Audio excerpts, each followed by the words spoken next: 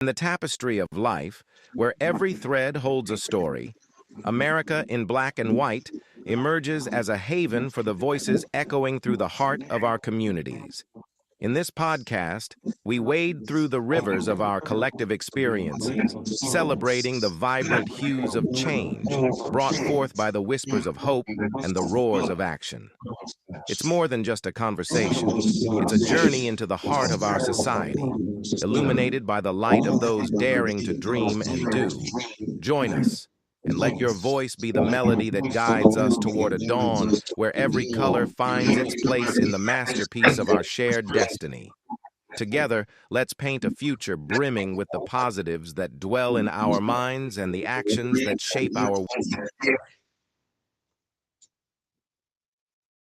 Good evening, ladies and gentlemen, and welcome to another episode of America in Black and White. Tonight, we welcome a scholar whose life embodies purpose, perseverance, and power. From East Harlem to Penn State, Sean Hembrick has walked a path carved by vision and guided by legacy. His story reminds us that education is not just a degree, it's a declaration. It's the belief that knowledge can heal, that research can reveal, and that representation can transform. In a world still learning to listen, Sean's voice rises as both scholar and storyteller, bridging the gap between academia and advocacy, between theory and lived experience. Let's step into his journey, his mission, and his message, because tonight we're not just talking about higher education, we're talking about higher purpose. Ladies and gentlemen, let's introduce and let's bring to the stage Mr. Sean Hembrick. Hello, sir. How you doing this evening? I am doing just excellent. How are you? I'm great. I can't complain. A pleasure to be here. Yes, sir. Well, before we get into the show, is there anything you'd like to say to the audience? Yeah, I'm just happy to be here. So, like everybody that's joining, everybody that's watching, I greatly appreciate you for taking some time to spend with me on this Tuesday evening. I'm looking forward to an informal, and intellectual conversation with you, Charles. And I greatly appreciate everybody tuning in. So, thank you. Yes, sir. Let's hop into it. And I'd like for people to get the opportunity to know a little bit more about you as we go throughout the show here. So, can you tell us, growing up in East Harlem, what early experiences shaped your sense of identity and purpose? Well, for the people who don't know, like I said, yes, I'm glad that you mentioned East Harlem. That's where I was born and raised. So I'm East Harlem, New York. Go Knicks. I said the Knicks are in the NBA Finals playing the Spurs. So I know the city is really jumping right now and everybody's really excited. But for me personally, I grew up with a single mother who raised me and my younger sister in East Harlem, New York, right?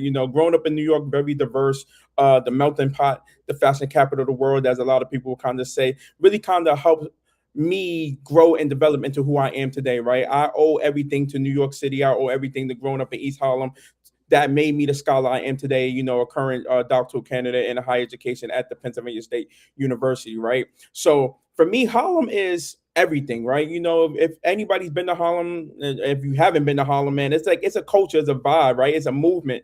Everything that I am, I owe to Harlem, right? Who I am as a scholar, who I am as an individual, who I am as a person, how I dress, how I talk, how I move. It's all based on me being from Harlem, right? Harlem has a very rich history. We talk about the Harlem Renaissance, right? We talk about prominent writers such as like Zora Neale Hurston, right? James Baldwin, right? Prominent musicians such as the Duke Ellingtons that came from Harlem, right? And we talk about the enriching powers of the Black community within Harlem, right? That's what it's about for me. Like me growing up in East Harlem has really truly been about who I am, with not only within my feelings as a Black man, but as a Black person in America, right? I'm glad that I was able to actually come on this show and kind of speak to you, because we're talking about America in Black and white, right? And there's nothing more Black than Harlem, USA, right? So like big Harlem for me, right? So we talk about who I am and my personal identity. Like I cannot speak to who Sean Hembrick is without speaking to Harlem, USA, right? I mean, I lived on 119th and Lexington. There was a very popular song by a young lady called Chicken Noodle Soup that kind of spoke to, growing up on 119th and Lexington. But that was my life. I met my friends there. I had relationships there. My grandmother raised me. And I met a lot of people there. Like, I grew up there. I went to Catholic school right around the corner there. I went to another Catholic school right at the block in Harlem, right? I played in basketball tournaments there, man. I got in altercations and met people and had fun there. So that is a central part of who I am and why I am today. And like, I can't really speak to anything without really speaking to who I am and what Harlem has honestly done for me. It's like it is a culturally rich, it's a culturally enriched place that really provides opportunities for young black men and other and like black people to kind of really thrive if they honestly put their minds with it. So, how did your family influence your educational path? Yeah, so I'm a first generation student, right? So I'm the first one in my family to obtain a bachelor's degree. I hold two master's degrees, and I'm currently finishing up my doctorate, which I will be hopefully done in December. But family is a big thing for me, right? I didn't have a really big family as like some other people, but I really had a lot of matriarchs within my family. So I grew up with predominantly a lot of women. So my mother, my grandmother, on both sides, my maternal mother and my fraternal mother and my grandparents really have really instilled the importance of education for me, right? My mother always told me that education is the one thing that can never take away from you. So education was always at the forefront of anything that we did. I grew up in a Baptist church, so church was really influential in my life. Like my mother made us go to church every Sunday, and honestly, it's like it really truly was about being better individuals. Like, I grew up, I was pretty privileged. Like, my grandmother put me and my sister in Catholic school and made sure that we got a really good education. So that kind of really aided in some formative development in terms of like how I really saw education and how I kind of really navigate education. So I really owe a lot to like my family, especially my grandma Taylor, as well as my grandfather Melvin Hembrick, my father's father, who I called Poppy. Those are really like the most influential people within my life to kind of aid and really helping me to continuously move forward and grow to who I am today. Unfortunately, both of them passed in the early at the early 2000s. But I owe a lot to them.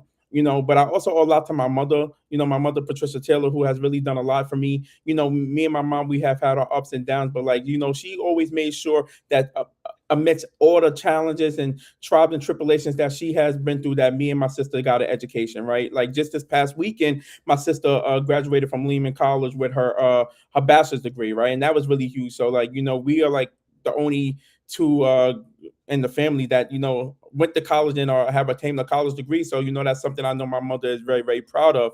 But family is big for me. Like I have family in Brooklyn, I have family in North Carolina, I have family all over the place. But I also have to speak in the overall aspect of family, my chosen family too. So like the people that are not directly related to me in blood, but the people that have definitely done a lot for me. So I speak to like my friends here at Penn State. I speak to my close friend, Dr. Ivy Cologne, like who's been influential with me through college. I speak to some of my other people.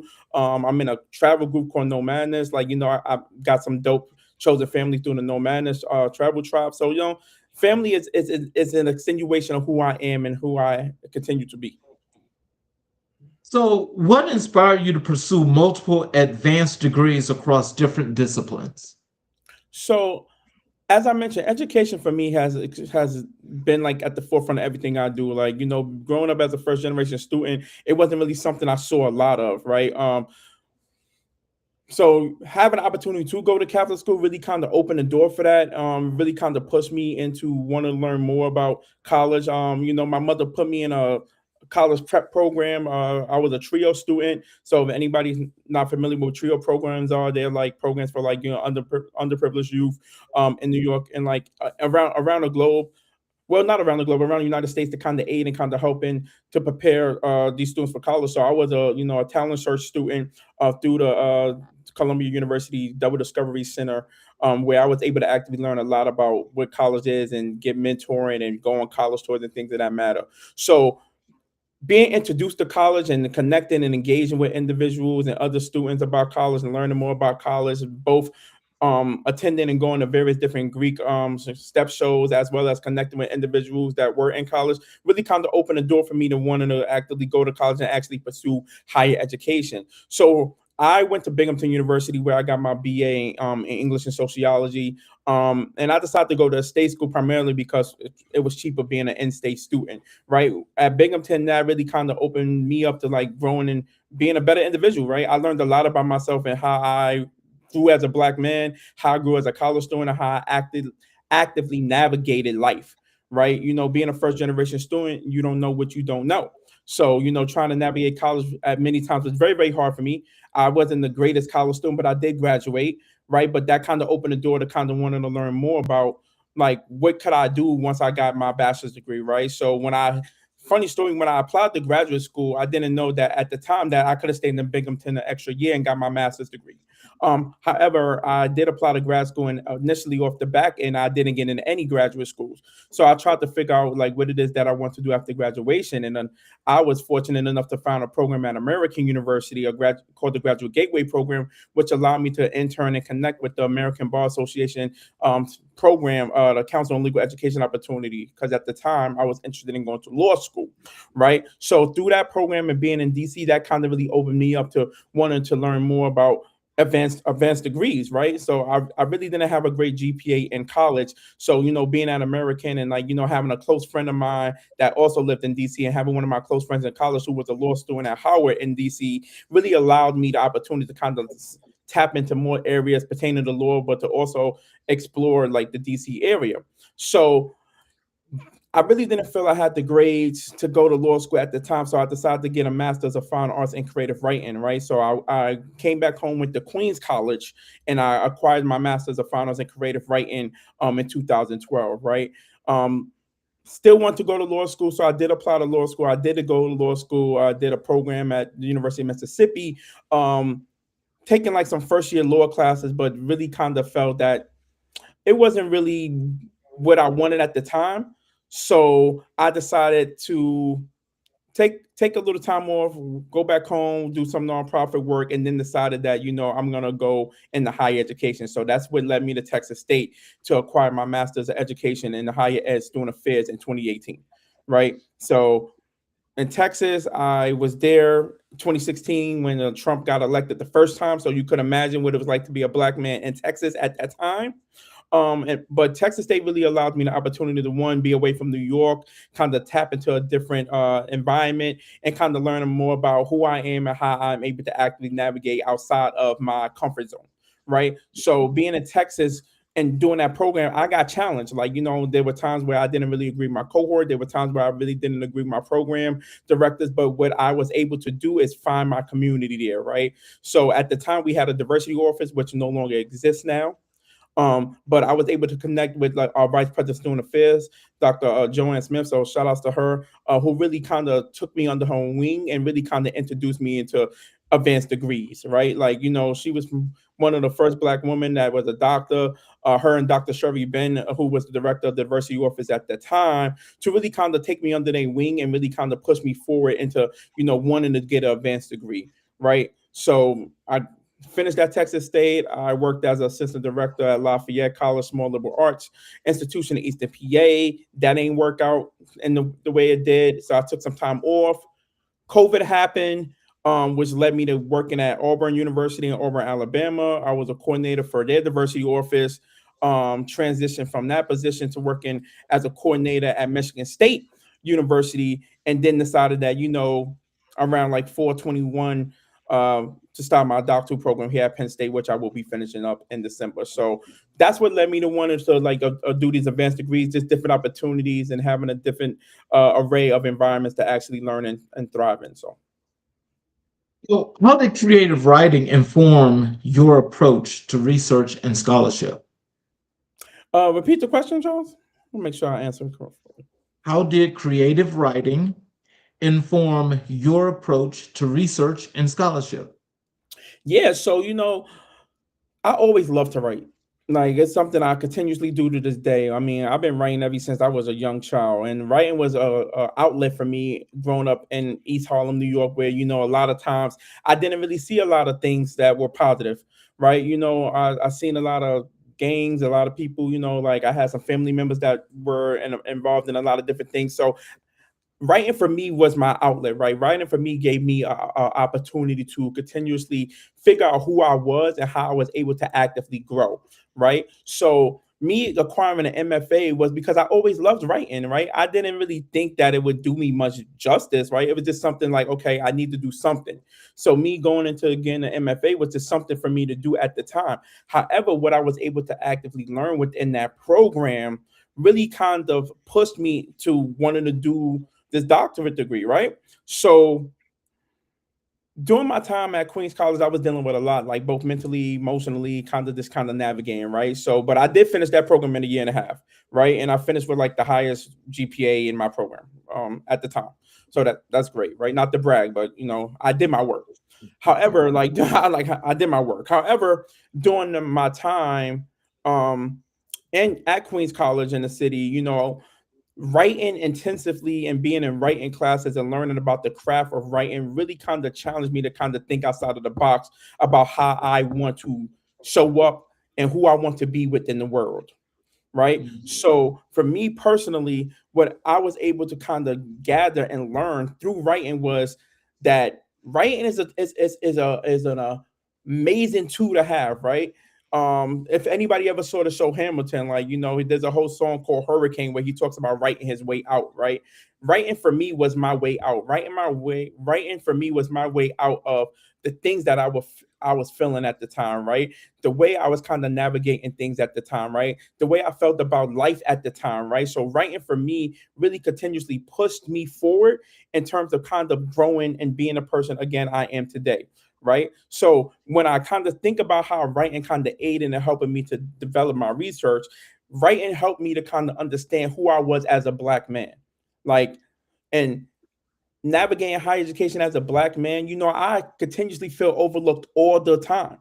Like I am continuously overlooked. I'm continuously not called on for things, or I'm continuously, pushed aside. So writing was my way to kind of remind myself that I am who I am and I'm doing great things, right?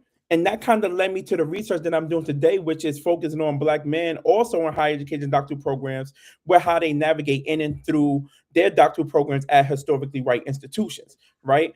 Based on my writing, based on my lived experience, and based on my graduate thesis from my MFA program, which was a memoir about my life growing up in Harlem and growing up in Harlem, as well as growing up as a Black man in New York City, I was able to kind of learn the importance of what it's like to be Black man and navigate that while also recognizing the various different privileges I had and hold as a man, but the various different entities that have hindered me from being who I am today. Hegemony, patriarchy, white supremacy, all of those things. And all of that kind of came through writing and reading. So I immersed myself in a multitude of different writers, right? Ta-Nehisi Coates, James Baldwin, W.E.B. Du Bois, just to name a few. But these authors allowed me to kind of tap in and really kind of open up, my critical consciousness into why I'm doing this research today. I know that was long-winded, but really want to give shout outs to those authors that really helped me to grow. Well, we're going to get more into your doctoral and research here in a second. I just want to give people the opportunity to get to know you, Sean Hembrick, as we get more into that. Okay. What does home mean to you now as a scholar living away from your roots? Oh, that's a good one. And when I think about home, man, like that's a loaded word, man, because home is where you are. Home is where you lay roots, right? And for me, New York City is always going to be home, right? A lot has changed for me in terms of how I actively see New York and how I feel about New York. Primarily when my grandfather passed away, as well as when my grandmother passed away, right? New York is not what it used to be for me, but New York will always be who I am and will always be a part of who Sean Hembrick is becoming and how I continue to become, right? Home has always been about the people, the community, the connections that I've been able to establish, right? So here I am in State College, which is not my home, right? Definitely far removed from my roots, which are grounded in New York City, middle of central Pennsylvania. There's nothing out here. Like I could sit back and I could sit here and tell you like how much I've done scorn this place, right? Probably even to this day, right? Like there's nothing to do in State College, like literally, right? But what I have been able to actively establish here at State College is to find my community, right? You know, I have friends here that I have been able to connect with, you know, individuals that have definitely looked out for me, right? But there's still not a community here to where I could kind of like call my own. So what I have resorted to doing is like I love sneakers. So like for a lot of people that may follow me or know, I mean, they know I love sneakers, right? They know I love sneakers. So what I have been Right. doing is been able to find a community on Instagram through like sneakers, and I've been able to connect and establish some deep friendships and some connections through sneakers through IG. So that's kind of like my home, right? So every Mhm. Monday I do a show with a couple of my sneaker friends. I also do an individual show called Real Sneaker Talk, where I talk about sneakers with a multitude of different people from different entities in life that also like sneakers, and that's kind of how I find home. I can't even tell you how many sneakers I do have, right? But to me, when I buy sneakers, it feels like home to me, right? I could Mhm. remember where I was at when I had the said sneakers. I can remember what basketball players, or specifically Michael Jordan, who like I'm a fan of, did in particular sneakers. So home is not just a place, right? It's where I'm at, right? I'm gonna make home wherever I'm at. So like my apartment is my home. Like I don't really like this is my sanctuary. It's peaceful, it's quiet. I don't really like a lot of people in here. I have like all my little things. I collect Funko Pops, I have sneakers, I have books, I have video games, and I have a lot of different things that make me feel comfortable, right? So we talk about home while I am grounded in New York, and my roots are in New York. Home is where I'm at. So my roots are currently here in Penn State in this apartment, right? And so what is going on in my apartment is what keeps me grounded here, right? Outside and State College is whatever, but home is my apartment, and home is the people that I have allowed into my life. So, how do you balance intellect and emotion in your work? Hmm. So the work. So let me just set the stage for you, Charles. For a lot of people that know that I've been in school for a long time, or they call me a lifelong student. It's not that I'm a lifelong student. I just like to learn because it's not really much going on in the world, right? It's too much actually going on in the world from a negative viewpoint. So to set the stage, the reason why I like school, the reason why I like to learn is because you can never not be educated. Like you always want to be able to learn something, right? Like we live in a very technological world nowadays, and our children and different things are so glued to the TV that they forget there are actual books out there, right? So I personally have taken the time to actually you know, tap into a multitude of different things, not only in the technological spaces, but also in the community spaces, while also in the academic spaces, right? So, like being involved in professional organizations, as well as actively connecting and engaging with various different community entities, as well as working with students on campus, has allowed me to continuously do this work, right? So for me, the research that I'm doing really, as I mentioned, it kind of centralizes the experiences of Black men in higher education and doctoral programs with respect to how they navigate in and through, right? I'm utilizing the theoretical founding, utilizing the theoretical undertones of Sankofa, right? If you're not familiar with what Sankofa is, it's an African tribe principle that means it's not taboo to go back and retrieve what was lost, right? So the basis of my study is really kind of speaking to how we as Black men have lost our way throughout these doctoral programs, right? There have been so many times to where we have literally lost ourselves in these doctoral programs, right? Whether it be interactions with advisors, whether it be interactions with like people, friendships along the way. I done lost people as a doctoral student. I done lost some friendships. I done lost some relationships. I done lost a lot as a Black man in this doctoral program, right? Even to this current moment, like even today, you know, but the study is more so rooted by how can we utilize what it is that we have actively lost to kind of continuously push us forward towards our degree attainment. And that is exactly what it is that I have honestly been focusing on. So when you ask that question, it's really about like how do I kind of speak of like my personal intellect and the work that is I'm doing utilizing Sankofa as a basis for this work, right? So everything comes back to like who you were and who are you actively becoming towards your degree attainment, right? And that's pretty much been my life story. Who I am, who I continually am growing, and who I want to be, and who I will honestly become. Because, like I had mentioned to you, I've been overlooked so many times. Like I have kind of really found ways to actively develop a means to continuously push forward. That means I put my best foot forward, and everything that I do, I have presented at national conferences. Many of times, I just got a book chapter out with my colleague. You know, I got different articles I've done written and different things I've done in sneakers. So, you know, one of the things is simply always about just trying to put your best foot forward and just being the best version of yourself. And that's something that I have continuously done in this work, and something that I have continuously been doing throughout my time here at Penn State. So, what personal challenges have most defined your resilience? So, what personal challenges have most defined my resilience? You know, I want to take a moment because it is Black Men's Mental Health Month, right? It's also LGBTQ month. So shout out to anybody that identifies with the LGBTQ community. You know, I love y'all all. But also shout out to the men that are actively dealing with mental health, right? This is something that I have continuously dealt with, right? I mean, people that know me have seen me on an up and down roller coaster, dealing with depression, dealing with like suicidal ideation, dealing with a multitude of different things, right? And I don't shy away from this because it's so important to kind of speak on these things, because as Black men, these are things that we don't typically talk about, right? So I am an advocate for mental health. I'm an advocate for therapy. I'm an advocate for, like, you know, getting your butt in the gym or whatever you need to do to kind of aid and helping you be the best version of yourself, right? So as somebody that currently deals with depression, as somebody that has continuously navigated, you know, feeling up and down, you know, one of the things that I have done is to really allow myself to have grace. You know, I give myself grace. I really have to remind myself daily that, like, you know,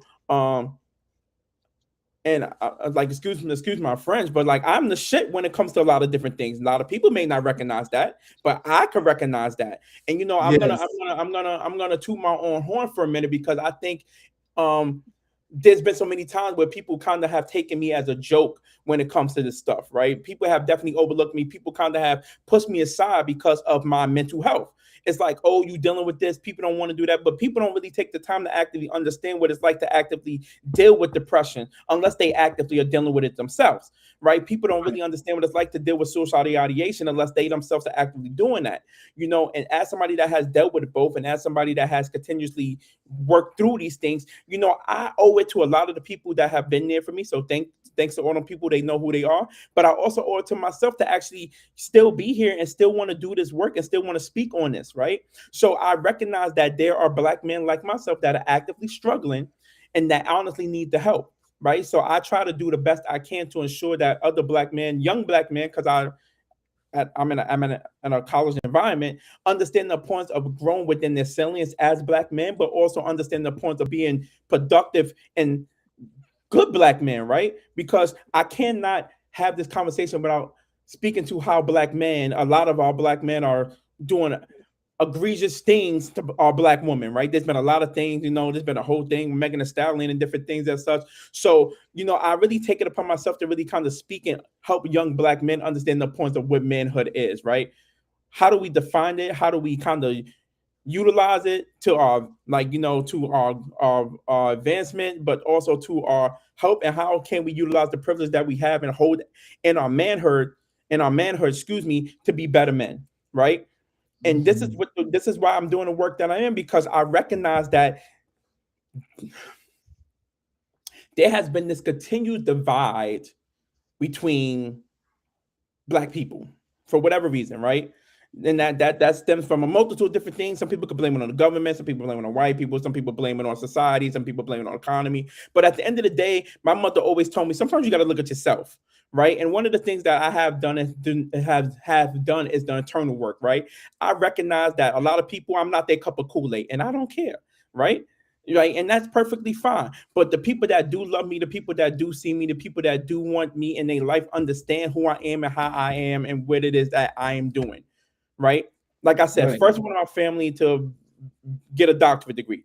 Nobody in my family has done that. And that is no shade to anybody in my family. It's simply about who it is I want to become and what it is I want to do, right? Exactly. Because I recognize there is so much more that is out there that I have yet to obtain, right? I seen my grandmother child bust her ass 30 something years cleaning office buildings. My grandfather working with the housing association. My grandmother working in the post office, right? My mother's doing cleaning and helping being a home house aide. I seen my matriarchs and patriarchs and my people do the hard work so that I could be good. So when we talk about this work, I cannot discredit the work that I have seen in the backs of the people that made sure I was good to get to where I am at. So me doing what it is I'm doing is a testament to the work that they have shown me to keep moving and keep striving, right? But I am not a component of the struggle love, right? Some people like struggle, you gotta do all this. Like, no, I bust my ass to get to what it is I need to do. And I'm gonna get everything that is coming to me and everything deserved. Like God don't play with me. And that's just me.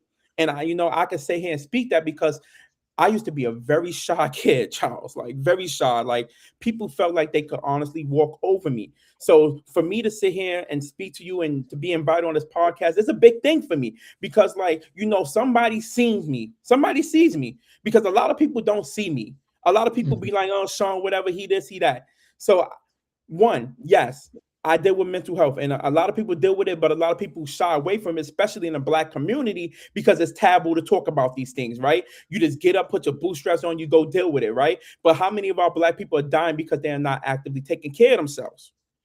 That's true. You're absolutely true. Again, people need to actively do that and actively take care of themselves. And this is something that, when I speak about who I am, how I am continuously actively going about doing that. So before we move on to the next part of your work, let me do a follow-up here because you've definitely been able to provide us with everything about Sean Hembrick and why Sean is so successful. What I want to ask you is the people that have overlooked you and the people that have not done their right considerations and due diligence by you. Have you addressed this to them, and how does this make you feel? So I'll be honest, man. I'll be honest in terms of everything. Like, I'm not one to hold grudges. Like that doesn't do anything but just continuously eat away at who you are. Now Right. granted, like I could recognize that I'm not always the most happy of people, right? Like I can recognize that, there's been moments where I have had anger. There have been moments where I kind of been upset, as most people have been, right? When it comes to a lot of different things, right? So, I just forgive. Like, sometimes you got to just love from a distance, whether it be friends, family, etc. Right? But you also got to recognize those people that are in your life for a reason and those people that are in your life for a season. And I have had a lot of people that have been in my life for a reason, and those people are still around. And then I have had people that came in my life for seasons to provide me with lessons that I needed to learn about myself, or maybe I was able to help them learn some things about themselves, right? I could tell you about all the lessons I've actively learned here throughout this 5 years at Penn State as a doctoral student, right? I could tell you about all the people that done shunned me and the things I've done been overlooked about. And I could also tell you about the people that have ensured that, I was going to be okay and made sure that I was going to get what it is I need to get and made sure that I was going to be okay because they recognize that I'm trying to do something different. Right. It's already hard being a Black man in America, but it's even harder when it's like, you're trying to navigate that and people don't give a damn about it. Right. Right. That is Right. true. And it's even harder where there's this constant divide about like Black man ain't this, Black man ain't that, or Black woman ain't this, Black woman ain't that, when it's like we honestly need each other. Right. Right. So Right. like I try to stay away from that, but sometimes it does get me really frustrated because, we as Black people need each other because like the masses, they want us to have these, they want us to fight, they want us to deal with this stuff, but they've been doing this for history, Charles. Like this is nothing new, right? It's just a different way they're going about doing it. And they're using technology, they're using the TikToks, they're using the IGs, right? They are diminishing education. I mean, just this past month, the Department of Education decided that certain degrees are not professional degrees. So my PhD would no longer be considered a professional degree. So I'll be a doctor, but it won't be professional. Make it make sense to me, right? If you're really paying attention, a lot of those degrees are targeted at Black women. I just want to be very clear, like, because a lot of first of all, Black women are like the lead in charge in or education. They have like the most degrees in different things, right? So, what better way to kind of like, diminish the educational attainments of Black women than to tell them that their degrees are not professional? This is coming out of our Department of Education, right? Right. So again, I have to be very cognizant about how I am and what it is I'm actively doing within education. And this is why I continue to stay within higher education, because it is needed. And students are not going to stop going to college. Like, college is not just going to just disappear. Like, enrollment numbers have been down, but students are still coming to college. So for the schools that are still going to college and still want to be in college, whether it be a historically white college or HBCU or a minority serving institution or whatever, they still need people that look like me to be there for them, right? So to those people that have overlooked me, okay, thank you, right? For the people that continuously show me love and continuously want to see me win, I greatly appreciate you, right? Because at the end of the day, there's no stopping this roller coaster. There's no stopping this train. Either you're going to be there with me or you're not. And I recognize that. And like I said, everybody is not going to be on my team. I done had people that I believed were on my team, decided that they no longer want to be on my team, and that's fine. They got traded to the next team, and I wish them the most success, right? Like I said, the people that are for me will be for me, and the people that are here for a season, like, thank you for coming, and I wish you best of luck in life. And that's just what it is, because I'll be 40 in July, right? And I feel like as I'm concluding my 30s and going into my 40s, I recognize that a lot of the things that I worried about and a lot of the things that done stressed me out, a lot of the things that done bothered me were really stupid. You get what I'm saying? It's like I had no control over these things. So now that as I'm moving towards my 40s, like, what are the things that I actively have control over, that I actively could continuously do to better myself? Right? That's not being cocky, but it's always about professional and personal growth, because at the end of the day, it's just you, right? People gonna come, people gonna go. Like my mother used to tell me, like, people come and go, but at the end, it's like, who are you and how are you actively standing? So I'm choosing to actively stand 10 toes down and continuously do what it is I'm doing. Whether people like me, follow me, want to be my friend, not be my friend, don't want to speak to me. Like, I have no control over what people do and how people react based on their actions. All I do is have control over who Sean is and what Sean does. Well, I'll tell you this, Sean. We love you and we definitely recognize you. That's why you're here. Thank you. You're here because the work that you're doing is definitely important. And that's where I like to move over into your doctoral work and your research, because this is really the main focal point of this research that I think people more than need to hear, but they need to learn and also understand from you, the architect, as to how this is being navigated and what's the purpose. So can you tell us what led you to focus on the experiences of Black men in your doctoral programs? Okay, now we get into it. So now I said now we get into the meat, because I said, I just started my data this week. So, I'm really having an opportunity to interview like a great group of Black men that are currently also in higher education doctoral programs, right? And the reason I decided to do this is because when I came into my doctoral program, there was a lot of information about you're gonna be socialized, like you're gonna be this into the academy, you're gonna do this in the academy. So for me as a first generation doctoral student, I don't know what I don't know, right? So if you're sitting there telling me like, oh, you're going to be socialized, I'm like, what is socialization, right? So what I was able to actively learn and gather about what socialization is, it's like it's a set of like different types of acts and policies and all different types of things that kind of indoctrinate you into this elite club that is academia, right? Like whatever it is, right? As somebody that worked in higher education for a good while before deciding to do my doctoral degree, like I could tell you that higher ed is not what it's all caked up to be, right? There are people in higher education that do need therapy. I'm just going to be very honest. And there are a lot of people that are in leadership positions that shouldn't be in leadership positions, that are really kind of hindering our students instead of actively helping them to advance, right? I can't speak to those people, but as I'm going based off what it is I have seen within the field of higher education, right? Reason as to why I decided to do my doctoral research on Black men is because I needed to really feel like I myself wasn't going crazy, right? I came into the program as the only Black man in my cohort, for a woman, right? When I started the program, there were 2 Black men that were in the program. One of them decided to transition back home to work at another institution, and the other black man that I most recently spoke to decided that they would no longer be a student at Penn State and decided to transfer to another school. So I'm literally the last of the Mohicans in my program. It's just me, right? Now, I'm not going to talk bad about my program, but what I will say is that the program has been challenging. It has been challenging, right? Especially for me as a black man actively navigating that. One, I told you I'm in Central Pennsylvania. It ain't shit here. I'm just going to be honest. It's nothing here, right? Navigating being the only black man in my program while trying to find my community here has been extremely detrimental, not only to my mental health, but my spiritual and emotional well-being, right?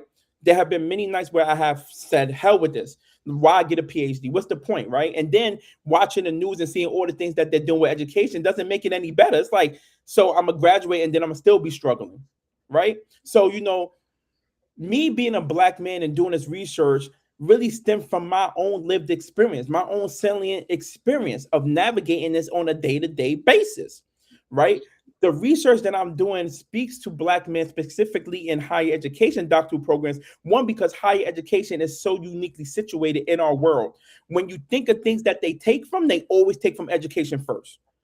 For whatever reason, I don't know. It's like, let's get rid of education, right? Because what they have recognized is that if we are educated, then we could do things. So what better way to dumb people down? Remove education, right? Our ancestors, all those that fought for the civil rights movement, all of those that did the work, they were educated folk. Not all of them, but most of them were educated folk. They went to school, they did what they had to do. You see, they tried to close the doors of us, right? The reason I'm speaking to black men in higher ed at historically white institutions, because at one time we were not in these institutions. Exactly. Right? That is not to discredit what HBCUs have done. That is not to discredit what other institutions have done, right? But why are we as black men that are currently in these historically white institutions, how are we actively navigating and getting through? Because we get our degrees, right? But like I said, utilizing Sankofa, we lost a lot of things too, right? Like I said, man, before I started this program, like I said, my grandparents have been going for maybe like 3-4 years, right? I was dealing with some things family-wise. I was in Alabama. Like, I would have never thought about applying for a PhD, right? The fact to almost be done with this now, like, and sit back and look at it, it's like amazing to me. And we go back to me writing, like I've been writing almost every day throughout this journey, speaking to what it has been like being a black man within this program. Right. I kind of took some time off. I haven't wrote in a while, but I have tracked what this journey has been like, which kind of led me to wanting to do the work that I'm doing within my dissertation. Right.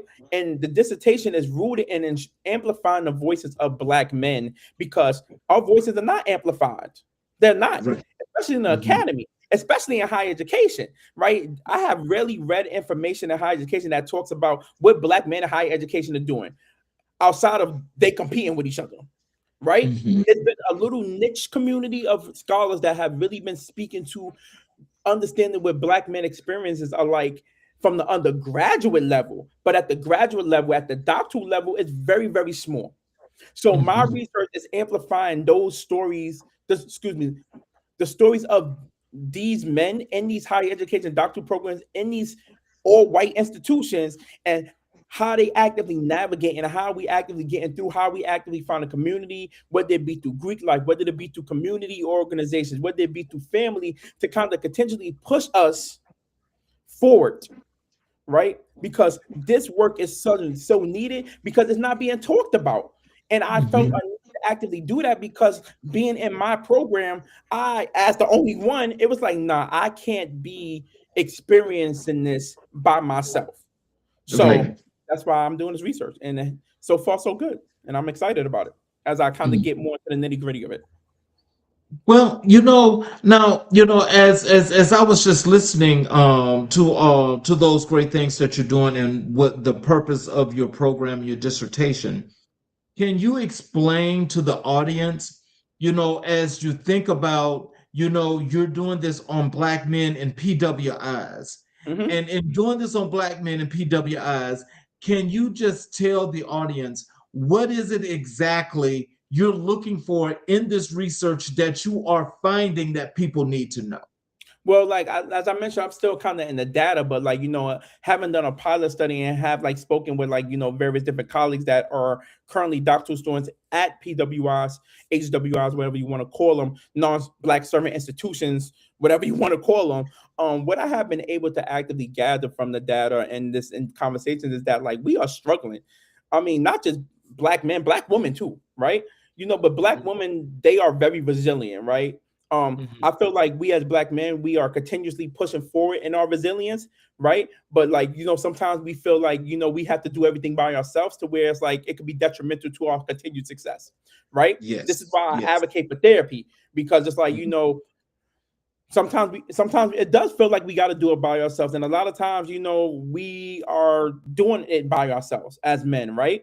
And Mhm. this is why I say, like, to all my brothers, especially my Black men, like we got to be better in terms of taking care of us, right? And Mhm. I can say that I need to be better at taking care of myself. I haven't always been the greatest at doing that as well, right? Mhm. But what I have been able to actively gather and from like conversations and as I'm kind of working through this data is that a lot of these institutions talk the talk, but they don't walk the walk. So like they have get you there, you'll get in, like you'll get in a program, but when you're there, then you're set up for failure, right? You're Mhm. set up for failure. So like you get here and then you graduate in like 6, 7, 8 years, primarily because there's no community. Primarily because like the institution hasn't done the job to ensure that you actually be successful, right? Not only are there a lack of Black faculty members within these various institutions, right? There are Black faculty members that are not your people, like or like like all skin folk and kinfolk. Unfortunately, it's just what it is, Exactly. and that is Mhm. within colleagues, that is with professors, that is within your cohort. I have seen it and I have dealt with it, right? So like sometimes it be your own people, and this is just the reality, right? But the reason as to why I'm doing my work is primarily because of the conversations I have also had. The fact that it's like, man, like I'm struggling, my advisor done left, or like I don't really have nobody there. I'm the only one, or like how do I even go about doing a dissertation? I don't really have a topic. Like I really have nobody to speak to, right? Wow. So people come to these conferences and different things trying to find those communities. And then sometimes at the conferences, you can't even find communities. Sometimes at the conferences, you feel more alone than you do in your program. So our professional Wow. organizations honestly need to be better in ensuring that people that are coming in are actively able to find their community as well. And like, don't get me started. I could tell you about some of the places that have been at these professional conferences where Black people feel left out. It's sad. It Yeah. is extremely sad. However, as I continuously work through the data, what I'm actively learning is that like we need each other. So not Mhm. only am I developing this dissertation study, I'm also really trying to establish a community of Black men in current higher education programs to actively connect with each other. That is what Wow. it's about at the end of the day. It's not just about me doing the research and kind of like, okay, yeah, I'm Dr. Hembrick. It's more so about, okay, we are currently all in the same position. We are different institutions. We're navigating this differently, but we all hold the same salience as Black men in doctoral programs. We're all going to be doctors. I don't doubt that. Mhm. However, outside of that, how do we sustain a community with each other? Right? Mhm. So this is why I give big shout outs to like a Black brother I met named Nathaniel Nathaniel Smith. Like he started a program called Dissertating While Black, right? So Dissertating While Black is a program that is dedicated to ensuring that Black men in doctoral study are actively connected. I have had the opportunity to sit as like a facilitator for the Dissertating While one of the Dissertating While Black Zoom webinars, and like I can say like this Black brother here is really doing God's work and ensuring that Black men in doctoral study are having a place to actually talk about the things that they are not, right? So my work is amplifying our voices, but the work that he is doing is amplifying the community. So connecting with him and establishing with him and through the dissertation while Black community has allowed me to also meet other Black men that are also doing his work. Right. So this is bigger than just a dissertation, right? This is about ensuring that Black men are having community because we are so siloed Mhm. at our institutions. We go to Right. work, go home. Unlike women who have like sister circles or finals community, Black men struggle with that. That is Mhm. something I have seen, and that's why I'm doing this data, right? If you're not in a Greek organization or whatever, like you really have nobody right? Mhm. Like black women, they gonna find black women, they got their friends and everything. But black men, we kind of do things so siloed because we're told that we have to work, we have to do this, we have to provide, we have to do all these things except be human. Mhm. No, no, So this is what I wanted to go to. I want to ask you this because what actually just jumped out to me, and I'm trying to figure out, and maybe you can help us to understand this. Like when you guys are all on that campus, you mean to tell me that it's hard to find your tribe? yeah, yeah, it's yeah, it Wow. is. Like it is extremely hard to find your tribe. And it's always funny, like especially like when you're doing podcasts and different things and such, because it's like, there's always gonna be people that are just ignorant in their commentation, right?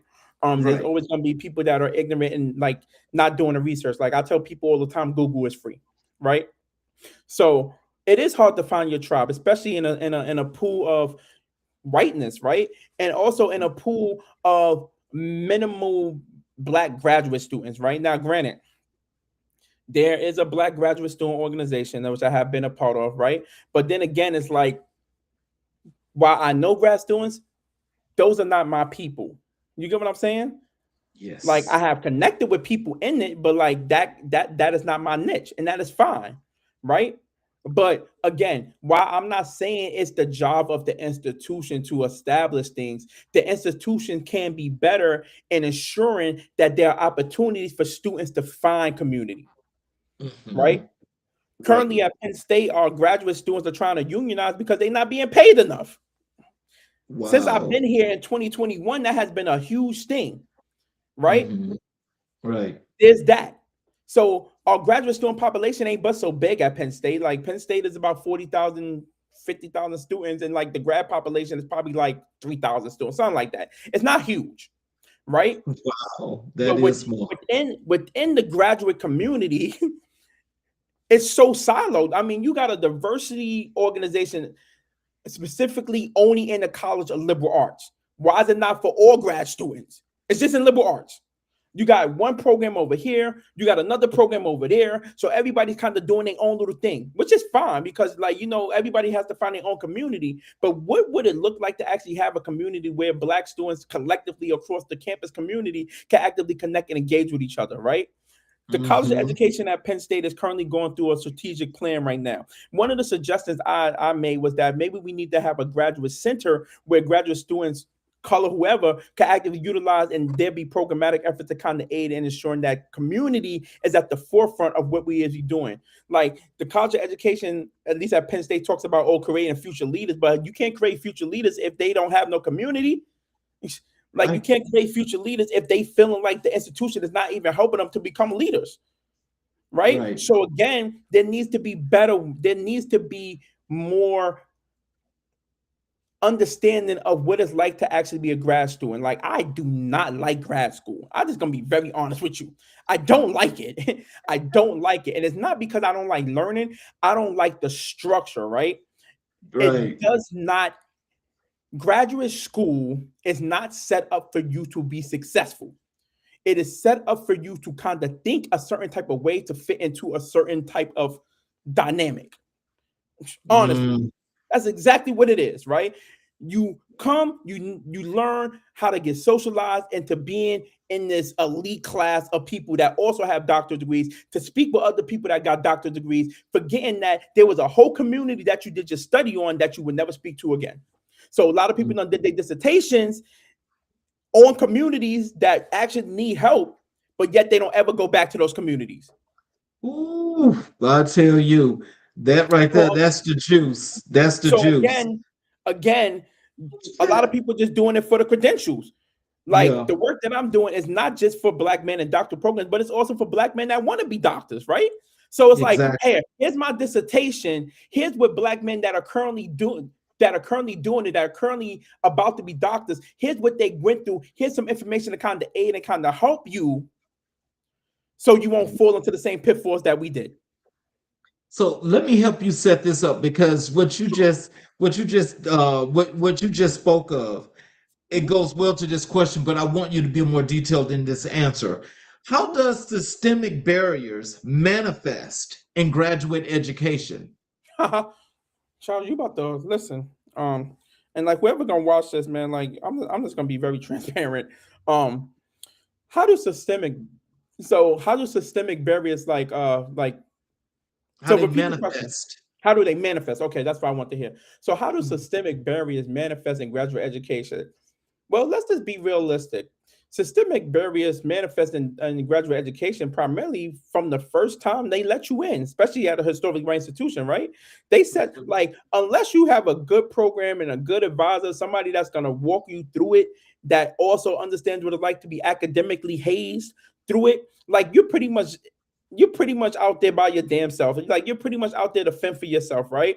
I mean, I can sit here and tell you about coming into my program as a first generation black doctoral student, working with a faculty member who also identified as black, who decided that they didn't want to work with me no more because of something I did, but then it wasn't a good advisor enough to sit there and actively tell me what I did wrong. So I don't know what I don't know. And like if I'm coming in, so you just setting me up to fail, right? So not Exactly. only not so, and here's what happens, right? A lot of time these faculty members, they're up for tenure, they're trying to get tenure, so the amount of work that they do could be extremely overwhelming, right? So to have a doctoral student under your wing is kind of like, having a person to sit there and do the work for you. A lot of us as graduate students are like utilized not for our skill set, but as we're more so utilized for what it is that we could do to make other faculty members look better. That's why I said I don't like grad school, right? We are not robots. We are human beings. We are Wow. aspiring to do what it is you're doing, right? Like I said, I'm 40 years old. Like faculty members cannot speak to me like they would speak to like somebody fresh out of like their master's program. They just can't, because I Mhm. have experience. But for those students that are coming in that are fresh out of their master's program, still all bright-eyed and stuff, like I'm gonna be a doctor, right? Not really understanding how this shit works. They get caught up in this academic hazing and they think that's okay. It is not. Mhm. So we talk about the systemic barriers. They stem from our faculty members in the institutions that have continuously perpetuated what it's like to actually do doctoral work, right? So many times I tell you, like, well, that's just what it is. What the hell you mean that's just what it is? You telling me that you done been hazed so much and people done diminished you so much that you have lost your creativity to the point to where like you can't be a good human no more? Wow. Like, Wow. I cannot begin to sit back and tell you how many of these people that have doctoral degrees need help, right? Right. Like, Right. I get so frustrated. And some of the things I done heard at conferences, some of the stuff I done read, is like, who allowed these people to become doctors? And that's not shade. That's just more so it's like people haven't done the internal work before they got the degrees. Let me ask you something, because I know that those that are in those institutions, and when they're actually getting this tenure, and they're giving them all this money, and now they're a mainstay and all this other Mhm. good stuff. There's a lot that goes into that. There So is. are you telling us that how the system is set up, that these folk are actually there Mhm. where, let's just say, there are those, it's kind of like picking the apples that they want. Oh yeah, favoritism is huge. I'm not even gonna lie. Like their favoritism is huge. This is across the board in all graduate programs, man. Like there are certain graduate students that get more favored than others, right? They talk about this thing called the hidden curriculum, right? There's a thing Right. that, and it's very, very real, right? The hidden curriculum is all those things that you wish you knew as a graduate student that you would never know, right? Mm-hmm. Like all those scholarships, all those grants, all those things that you're being overlooked for because other graduate students, sometimes mainly white students, get that you as a black student or a student of color won't get, right? Yep. So I have dealt with that. I have seen that. The reason why Sean Hembrick continues to thrive because Sean Hembrick is always going to put his best foot forward. I apply for awards, I apply for scholarships, I apply for fellowships. So any opportunities I get is because I put myself out there, not because the institution did it for me. Right. Wow. That is I could sit something. I could sit down and tell you, Charles, there was a instance where I got an award for graduate student of the year at one of my professional organizations. Another young lady in my cohort also got a graduate student of the year award from the same professional organization, just in two different entities, right? Right? We both got the same award. Mhm. My program gave recognition to that student, did not give recognition to me. And we were at the same conference and got the same award. Right. And so, did they ever explain to you why? Nope. But what I did was send the email like, hey, I just want to recognize that I was also at the conference. I also got this award. So, like, can somebody please make sure that my name is up there as well? That's exactly what the hell I did. Because what you're not going to do is overlook me for doing the same thing. And we in the same cohort. But that's that hidden curriculum. We're going to recognize one because this one is doing all the things that we want. And we're not going to recognize the other, even though the other end, even though both are in the same situation. I mean, and doing the same work, right? I mean, but this stems from like in my master's program. I mean, in Texas State, like I was one of 2 black men in the program, right? I done been blackballed, cohort mates done tattletale on me. One cohort mate done told me they was gonna tell the professor because we was working on a group project because it's like they ain't want me to mess up their grade instead of us working together collectively to rectify the situation. It's like I'm gonna let the professor know. Like, really? And the funny thing is, a lot of these people they ain't doing nothing now. Well, But that's because they are nothing. that's on them. But again, I take that as I take that as lessons learned. Again, everybody's not gonna be in your corner. Sometimes the people that try to step over you, they the ones that wind up falling, and that is okay. So, And I can you have just seen it. so what patterns have you discovered in how black men navigate doctoral spaces? So what have I discovered how black men navigate doctoral states? First and foremost, it's like we keep it moving.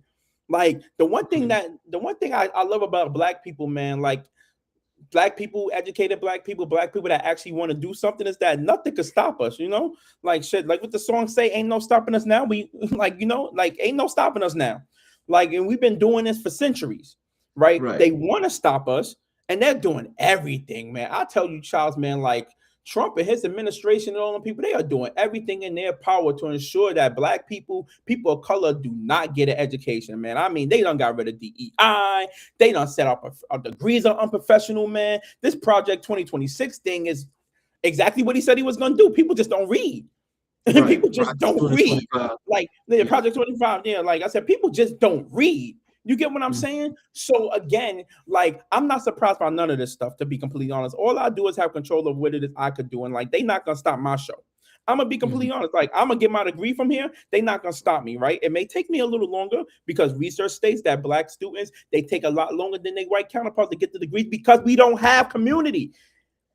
We don't have the resources. We don't have the same opportunities as our white counterparts when it comes to a lot of these things. Unfortunately, that's not to say that all white people get everything because some white people struggle too, right?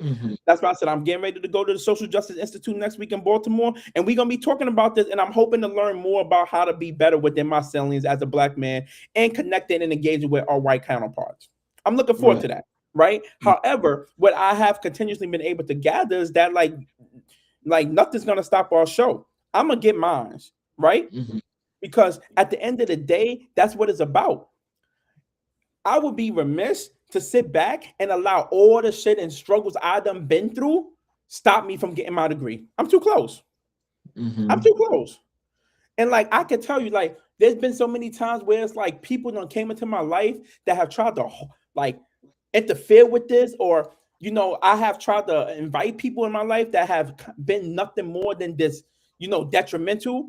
They still don't stop the show. The one thing my mother always told me about me, Charles, is that like, yo, you could go through a whole bunch of things, Sean, but you always gonna get yours. And that's what I do.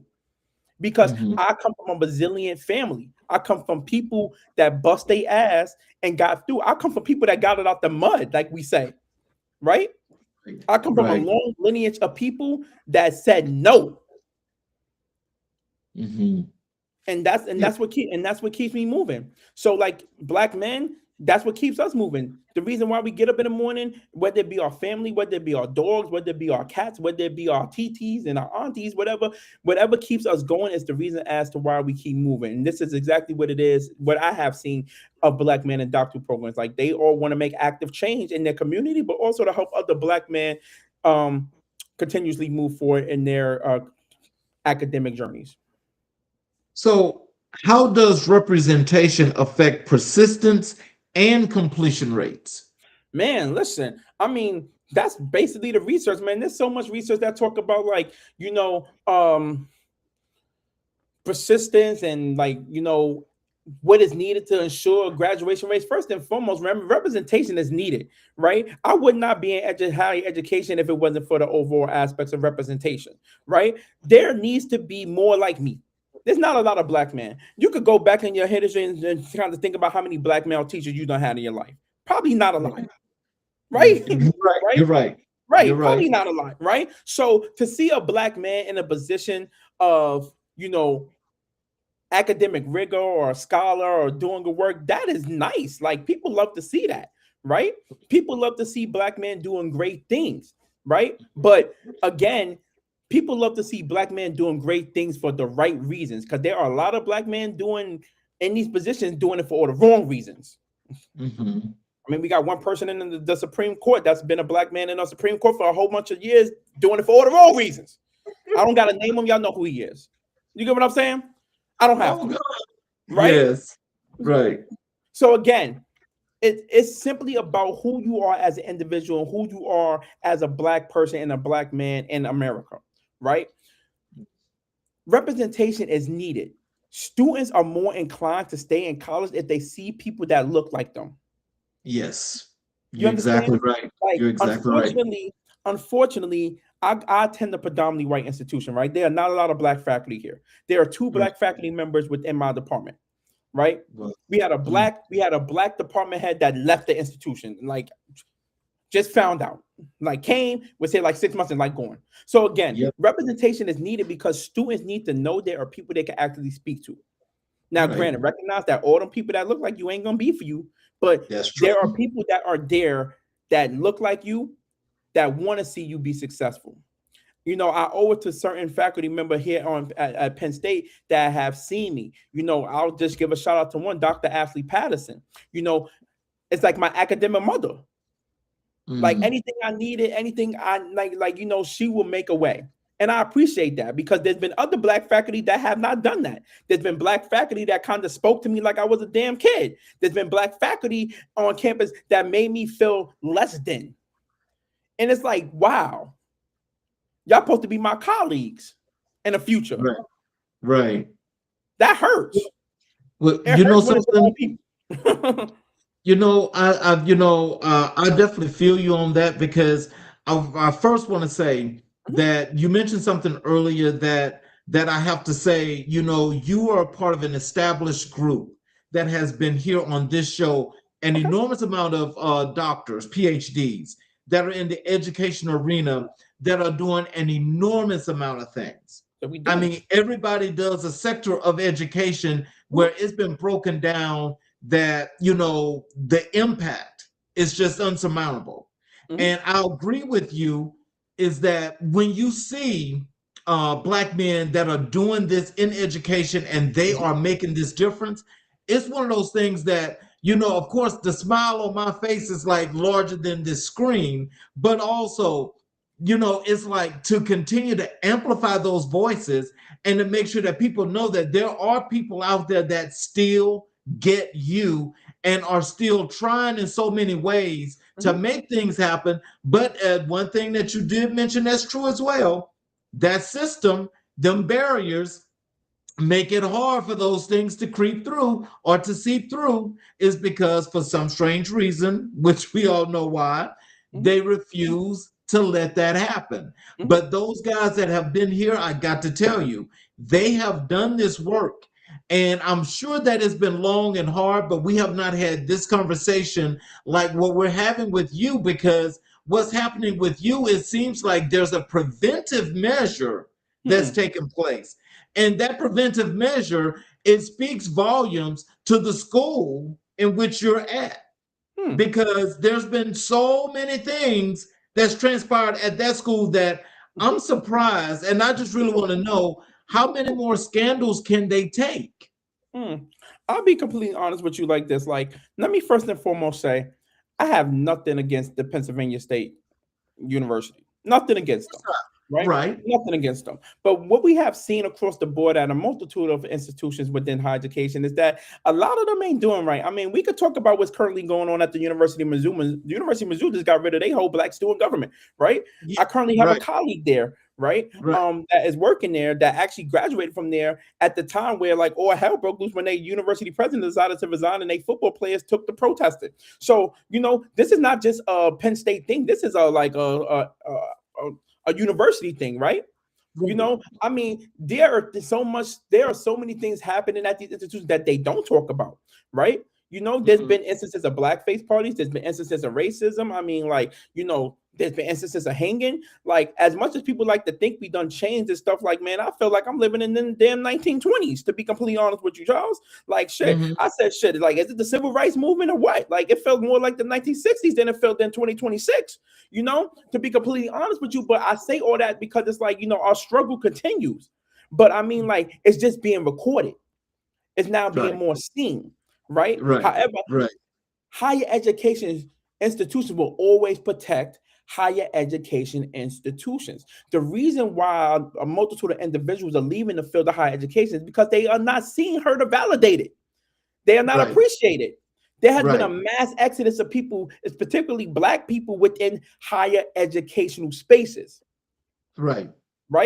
Primarily because these institutions don't care about you, right? They'll fire you and hire somebody the next day. But that's just a lot. That's just with anything, right? Like, over 300,000 black women done been fired from their jobs because, like, a lot of people don't recognize that black women are the glue when it comes to a lot of things, and they want to get rid of them because they just tired of seeing black women win at the institutional level and at the professional level, right? Yes, exactly. So nobody's really talking about that, right? And sometimes it be their own black sisters, the one kicking them out. Yep. Like, what I have been able to actively gather and learn about being a higher education is that there are a lot of clout chasers, right? And this is the same thing. I talk about this a lot in sneakers too, right? People want to be seen. People want to be heard. People want to be in the front of the cloud, right? I cannot tell you how many times I've been at conferences and I've heard from some prominent figures that talk all this stuff about community, blackness, different things. Then you meet them, and they're some of the most shallow people. But they talk a good talk. But you meet them, and they're super shallow. Yes. It's like, so you talk all this mess, but you super shallow as an individual, right? What that lets me know is that you only doing it for the clout. You're doing it for the applause. You're doing it for something. People will sit there and believe you, right? Because feeble minds are the devil's playgrounds. And a lot of people will follow what they feel makes them good. I mean, if you haven't been watching, it's like, if y'all haven't watched, this has been a whole documentary on like Hulu about the Nature Boy cult.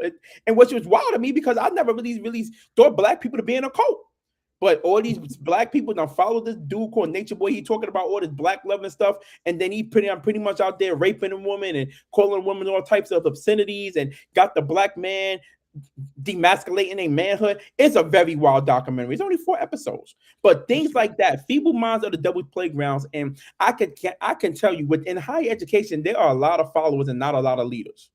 Yes, I agree with you. Be a leader within the field, right? Because I recognize that the field of academia is very rewarding. There are a lot of rewarding things. There's so much that comes out of academia, right? You could do a lot of great things in academia. There are a lot of people I look up to that have done great work. I'm talking about the Gloria Langston Billings, right? The Lori Pattersons, right? I'm talking about like those prominent people that have done a lot of great work. But then on the other end, there are a lot of people that have also done a lot of great work that are shitty people, unfortunately, Right. And there are people that are, and what is sad, and what is so sad, Charles, is that you see this. It's like I'm in my doctoral program and I'm seeing students become that. It's like, so you're going to be one of those assholes in the field. That's the cult. That's the cult. Right. And that's what it is. So it's like I'm choosing not to fall victim to the BS because I'm my own person. And when you are your own person is when you get scorned the most. Ooh, when you decide to be different from the group is when people don't like you. That's why I get overlooked for a lot of things. That's why people push me aside because I'm not cliquish. I don't do clicks. I don't do funny haha. I do what feels good for me and what is good for the community and the people that I'm serving. That is what I do. So I'm Right. not going to join no organization. I'm not going to join no commission. I'm not going to join no group just to say I'm in a group. And then we get in there and then y'all excluding other people that may also want to be in a group. It's Right. ridiculous. It It's is. ridiculous. So, like, having the opportunity to come in and speak to you, I'm glad I got the opportunity to do so because, like, I am so quiet when it comes to a lot of things because people Mhm. just sit there. Like, a lot of people only know me because of school. People don't call me. People don't check up on me. People don't ask me about me. Or people's like, how's school? That's all people care Mhm. about. A lot of people. And that's Mhm. fine because that's what I put out there. That's what I do. But outside of that, like I said, it's men's mental health month. Like, shit, nobody check up on me. Nobody asked me how I'm doing. Nobody asked me. It's like, yo, like, are you needing? And that's perfectly okay. You know, Mhm. like I recognize that. Like the people that I know will be there for me have continuously been there for me, and those are the people I cherish, right? Because people will overlook you every day, but then they will ask you for something, and they do it Mhm. in academia too. Many a Mhm. times people will sit there and they ask you to join and write with them to make them look good, and then they'll take all the credit for it. Yep. Ooh, well, Like they yeah. will take all the credit for it. I mean, literally. Like I'm speaking from a experience of working in higher ed, but also being a doctoral student and from what I have seen. That's why I give a big shout out to like my colleague and my dear friend Dr. Ivy, because anytime something comes up, she'd be like, yo, you want to write on this? Like she includes me. She's a doctor now. She's going for tenure, but she includes me in that because she recognized the importance of building my professional rapport. Right? You get what I'm saying? However, my faculty members, unfortunately, they ain't doing that. Nothing against them. I love them dearly, right? But like nobody else is putting me on. So I got to put myself on. Mhm. Because at the end of the day, I got to ensure that I'm growing and developing as a professional and the leader I want to be and not the leader that everybody else feels I should be. Mhm. So You that's why I know, do this work. as I just think about this, as sad as this is, I appreciate you so much for actually, acknowledging this. But what I want to ask you to do, if you can Sure. you please tell our audience and those people that are, thinking about going into doctoral programs and higher education, can Mhm. you please give them some advice as to what to expect and how things might look for them? Yeah, I'll be very honest with the back. Like, don't have no expectations, right? If you coming in thinking that just because you got in a good program that is going to be great, you're probably gonna be highly disappointed, right? Recognize that your experience is your experience and then your experience alone. Recognize that what you do and how you set yourself up will determine who you're gonna be once you graduate from the program, right? Recognize that people that look like you, they may not be there for you, and they may not be the people for you. Recognize that sometimes the people you may want to work with may not want to work with you. Also recognize that as you are growing and developing as a doctoral student, to really take time to really figure out what it is that you want to do for you, not what your advisor wants you to do. Your dissertation is your dissertation. It's not your advisor's dissertation. You have every right to speak up. Speak up. One of the things I wish I did earlier was speak up about how I felt. It wasn't until like my second year did I start to speak up, and then I got scorned for those things, and I don't care because as long as I'm doing what the hell it is I need to do, you can't kick me out the program. I got a 3.9 GPA. So again, like be your authentic self in these places and spaces, right? Authenticity is missing so much from higher education. Everybody is trying to fit into this little box. Be outside of the box, yo. Choose the road less traveled, right? Like, I am so tired of people trying to fit this box just so they could look good. Be different. Be different. That's what makes you unique. Being different. When you do everything exactly the same way, it's safe, but sometimes safe is not safe. I choose to be different. And that's why I deal with all the turmoil. I deal with all the ups and downs. I deal with the people coming and going and stuff. I'm used to that. But the one thing that keeps me grounded is that ain't nobody ever going to tell me what it is that I'm not doing. And everything that I'm doing is authentic to who I am as an individual and my feelings as a black man growing up from East Harlem. That's that Harlem in me. That's that dog in me. I grew up in East Harlem and we some hustlers. So you can't out hustle a hustler.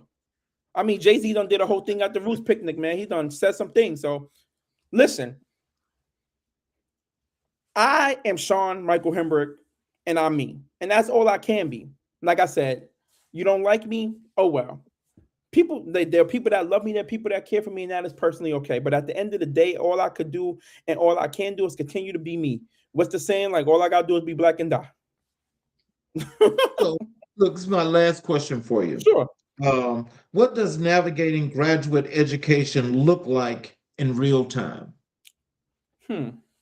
So, that kind of something I, kind of been thinking about within my dissertation work is like, what does navigating graduate education look like in real time? Recognize that higher education is actually under attack, ladies and gentlemen, right? They don't want us to be smart.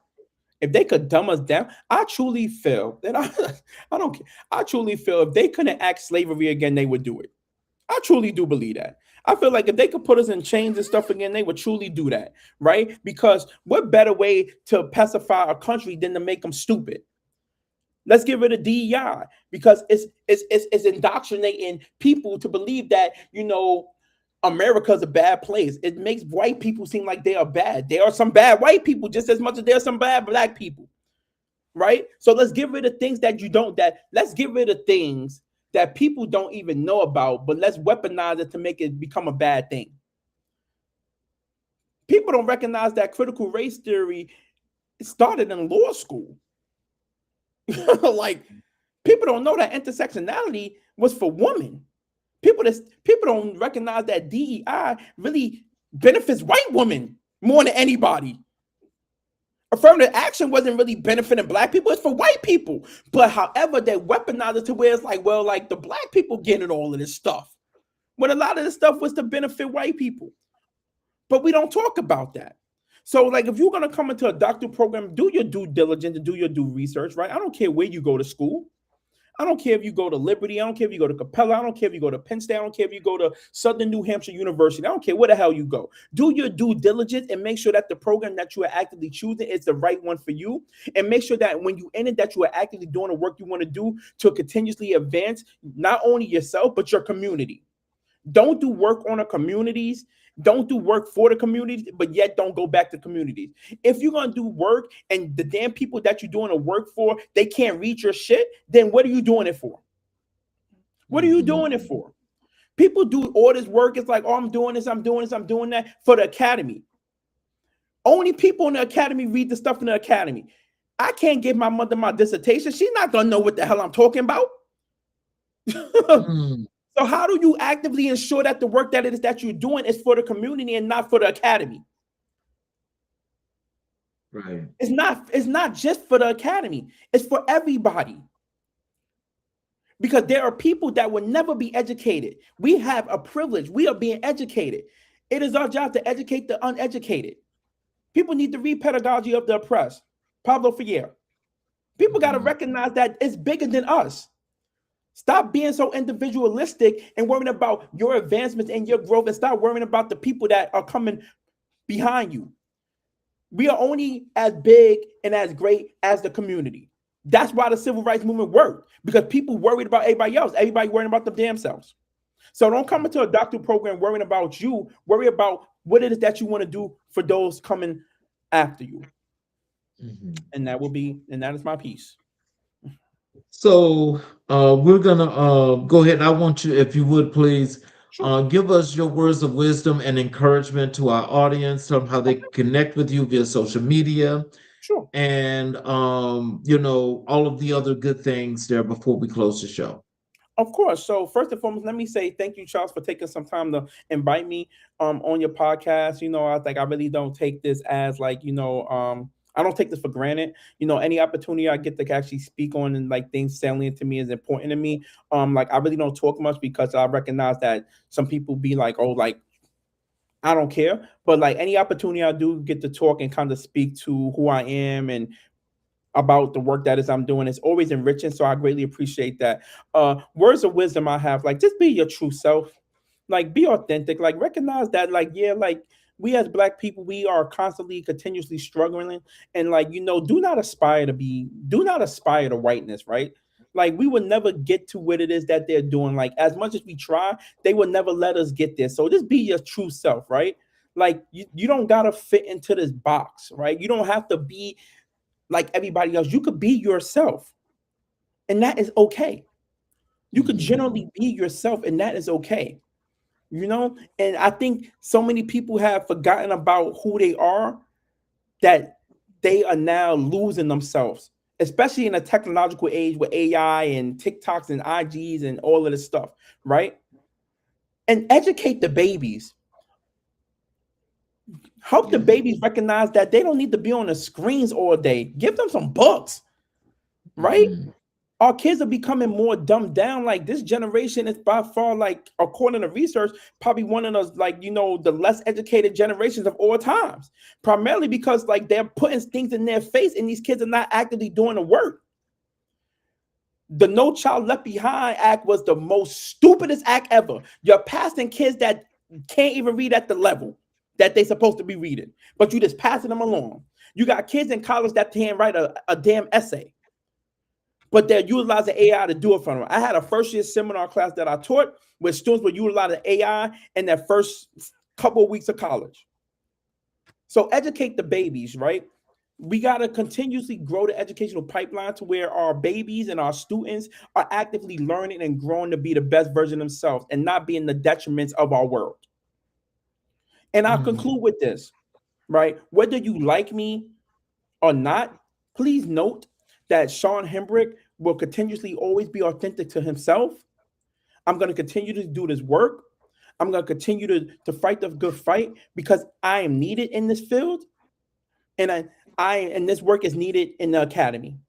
And like, I thank anybody that watch, even the people I've seen in the comments saying a lot of hateful things. I appreciate y'all too, because y'all ignorant and y'all don't know things. So people just need to read a book.